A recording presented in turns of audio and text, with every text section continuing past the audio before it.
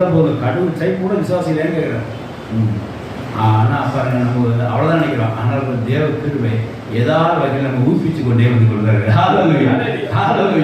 அதாவது நம்ம இன்னும் ஸ்டில்லான லைவ், அதாவது அந்த காரியத்தை இன்னும் நம்ம உங்களுக்கு சரியான வேலை சொல்ல போனா நம்மளை ரெனுவல் பண்ணி கொண்டே இருக்குது. கிருபை நம்ம நினைச்சது ரெனுவல். விசுவாசம் அவிசுவாசம் வந்து அப்படி டவுன் ஆகுது பார்த்தீங்க.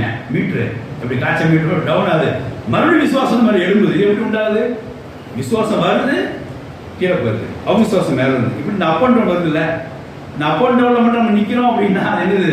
அங்கே ரெண்டுவரும் உண்டாது. நீ எங்கெல்லாம் விசுவாசம் உள்ள வருதோ அங்கெல்லாம் விசுவாசம் எழுப்பி நிற்குது கிருபையினால. அதுதான் ரெண்டுவரும் உயிர்ப்பிக்கிற வாசிக்கலாம். நான் உங்களோட